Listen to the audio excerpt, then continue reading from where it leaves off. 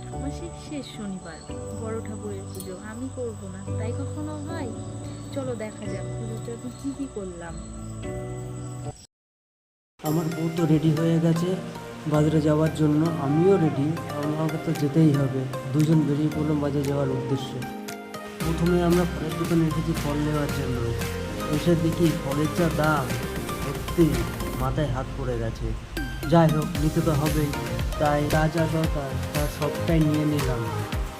ফলের বাজার সেরে তারপর আমরা দর্শকমান দোকানে চলে আসি। যদিও আগে থেকেই বলা ছিল, সেই মতো কাকু সব জিনিস গুছিয়ে রেখেছিল। ওখান থেকে মুদিখানার দোকানে চলে আসি, তারপরে মুদিখানার দোকান থেকে জিনিসপত্র নেওয়ার পরে বাড়িতে চলে আসি।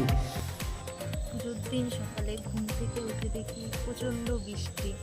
যাই হোক, একটু চিন্তাতেই ছিলাম। ঠাকুরের আশীর্বাদে যেন